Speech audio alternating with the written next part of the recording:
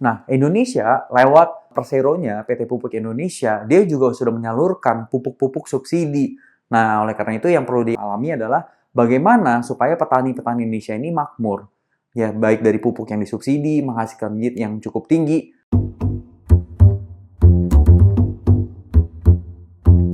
Hai folks, kembali lagi bersama gue, Vincent, one of the narasumber dari Finfox Talkpot. Nah, di episode kali ini, gue mau bicarain mengenai global food shortage. Seperti yang kita ketahui, Rusia dan Ukraine perang itu bisa mengakibatkan berbagai macam sektor, dari krisis energi dan pangan. Dan kali ini kita mau bahas specifically mengenai krisis pangan. Jadi, dengan kenaikan bahan baku, maka pangan juga akan naik. Tapi salah satunya disebabkan karena Ukraine yang merupakan produksi fertilizer sempat terkendala globalnya. Jadi mereka punya supply, tapi mereka nggak bisa ekspor karena ada suatu kendala kan. Siapapun yang nanti dealing with Ukraine atau Rusia berpotensi terkena dampak. Nah jadi kalau misalnya nggak bisa ngambil dari sana, ya tentunya harus ngambil dari negara-negara lain.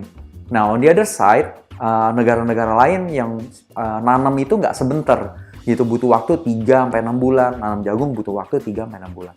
Nanam yang lain juga butuh waktu. Dan soilnya harus diolah dulu, ya kan? Nah, oleh karena itu, untuk mengatasi food shortage ini nggak gampang, teman-teman.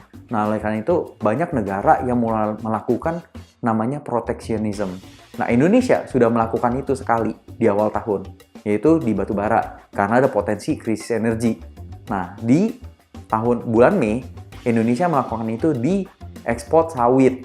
Dan kemudian Malaysia juga melakukan ekspor ban, ya kan, terhadap ayamnya di Singapura. Makanya sempat kalau teman-teman pergi ke Singapura, biasanya mungkin makan nasi ayam lemak itu mungkin harganya $7, sekarang udah menjadi $12-13. Nah itu karena inflasi yang sangat tinggi. Tapi yang lebih parah, kalau itu kan supply-nya mungkin masih ada. Nah kalau misalnya sampai supply-nya nggak ada, nah itu bagaimana gitu. Nah itu masyarakat bisa demo, bisa riot. Nah itu berbahaya. Oleh karena itu food crisis merupakan national security. Untuk Indonesia kita juga harus menjaga that level. Levelnya macam-macam, dari CPO, harga minyak ya kan, yang sempat tadinya 33.000, 34.000. Sekarang udah lumayan stabil.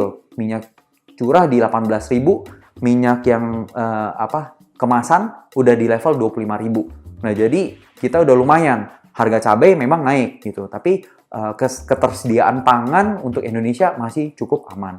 Nah, cuman kemarin sempet tuh heboh-heboh ya kan, ada wacana Indonesia mau ekspor beras karena ada permintaan dari negara luar 2 juta ton atau 2,5 juta ton.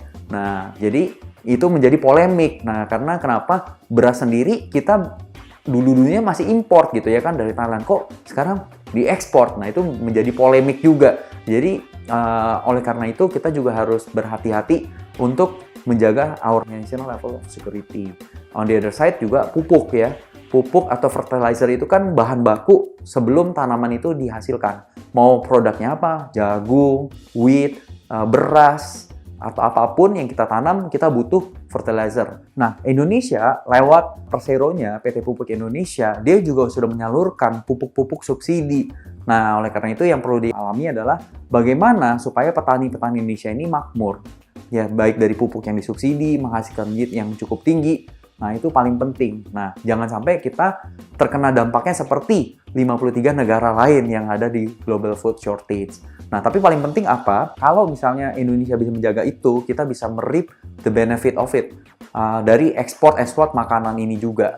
Nah, paling penting adalah tahu dulu level of the balance. Nah, setelah itu kelebihannya memang bisa kita ekspor, tapi kita harus juga jaga level yang paling penting. Kalau misalnya petani-petani di Indonesia itu cukup makmur, maka nanti dia akan bisa menghasilkan GDP lagi untuk Indonesianya.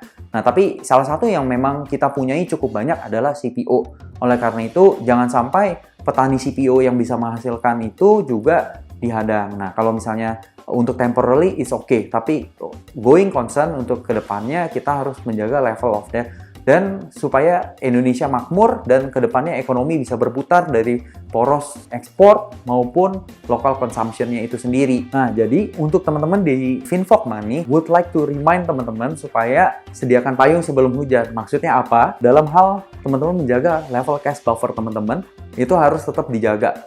Uang cash harus tetap ada 3-6 bulan. Kelebihannya nanti bisa kita investasikan. Tapi ingat, di era sekarang tetap cash is king dan periodnya masih belum pasti. Kita harus tunggu sampai mungkin akhir bulan Juni atau Juli untuk lebih mendapatkan kepastian di titik mana misalnya saham-saham akan turun. Karena contohnya 1-2 minggu terakhir saham komoditis baik mineral, baik yang terkait fertilizer itu pun turun. Nah, ini bisa menjadi dua pertanda apakah memang kenaikan interest rate yang coba di-fight oleh Fed itu tujuannya untuk men-slow down demand dari seluruh dunia.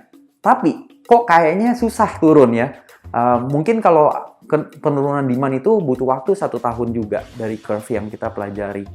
Atau kedua, ada potensi nggak ya Rusia sama Ukraine mau damai gitu? Karena kan kemarin ini juga Pak Jokowi sempat terbang ke Rusia dan Ukraine untuk mencoba mendamaikan kedua belah negara. Memulai at least diskusinya.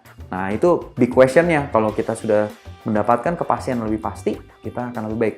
Tapi better be ready dan sorry. So, teman-teman harus jaga level cash teman-teman. Again, see you on the next episode.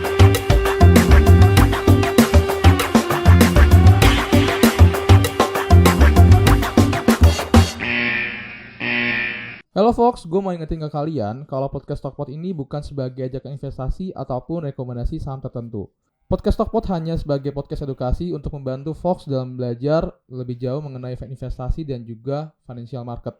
Jangan lupa klik tombol subscribe-nya dan juga tombol loncengnya ya. Enjoy the podcast, Fox!